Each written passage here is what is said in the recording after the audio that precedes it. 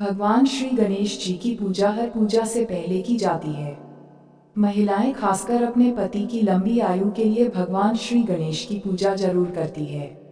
ऐसी मान्यता है कि भगवान श्री गणेश की पूजा करने से पति की लंबी आयु होने के साथ साथ पीहर हमेशा खुशियों से भरा रहता है।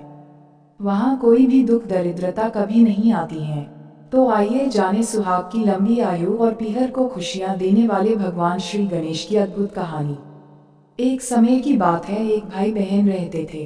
बहन का नियम था कि वह अपने भाई का चेहरा देखकर ही खाना खाती थी। हर रोज वह सुबह उठती थी और जल्दी जल्दी सारा काम करके अपने भाई का मुंह देखने के लिए उसके घर जाती थी।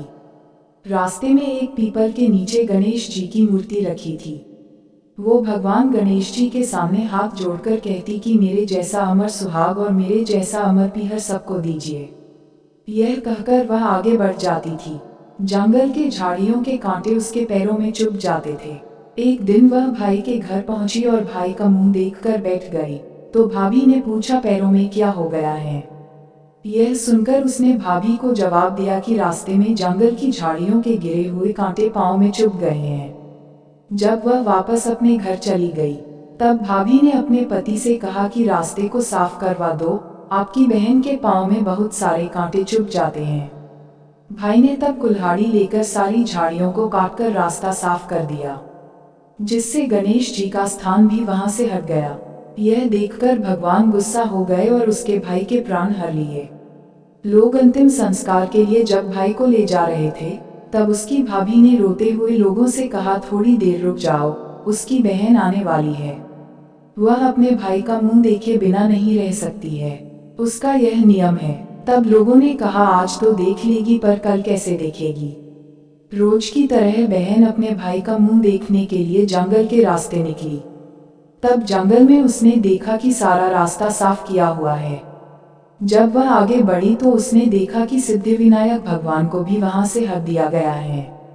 तब उसने जाने से पहले गणेश जी को एक अच्छे स्थान पर रख दिया और हाथ जोड़कर बोली, भगवान मेरे जैसा अमर सुहाग और मेरे जैसा अमर पीहर सबको देना, और फिर बोलकर आगे निकल गई। तब भगवान सोचने लगे, अगर इसकी नहीं सुनी तो हमें कौन भगवान मानेगा, हमें कौन पूजेगा। तब सिद्धिविनायक गणेश जी ने उसे आवाज दी, बेटी इस खेजड़ी की 7 पत्तियां लेकर जाओ और उसे कच्चे दूध में घोलकर अपने भाई के ऊपर छींटा मार देना, वह उठकर बैठ जाएगा। यह सुनकर जब बहन पीछे मुड़ी तो वहां कोई नहीं था। फिर वह यह सोचने लगी कि ठीक है, जैसा सुना वैसा कर लेती हूँ। फिर वह 7 खेजड़ी की पत्तियां लेकर अपने भाई के घर पहुंची। उसने देखा वहां कई लोग बैठे हुए हैं। भाभी बैठी रो रही और भाई की लाश रखी है। तब उसने उस पत्तियों को बताए हुए नियम के तहत दूध में घोलकर भाई के ऊपर इस्तेमाल किया। तब भाई उठकर बैठ गया। भाई बहन से बोला, मुझे बहुत ही गहरी नींद आ गई थी। तब बहन बोली, यह नींद किसी दुश्मन को भी ना आए, और उसने सारी बात अपने भाई को बता दी। हे गणेश जी महाराज, जैसे आपने इस बहन को अमर सुहाग और अमर पीहर दिया, ऐसे ही इस कथा को सुनने वाली हर बहन को अमर सुहाग और अमर पीहर का वरदान देना।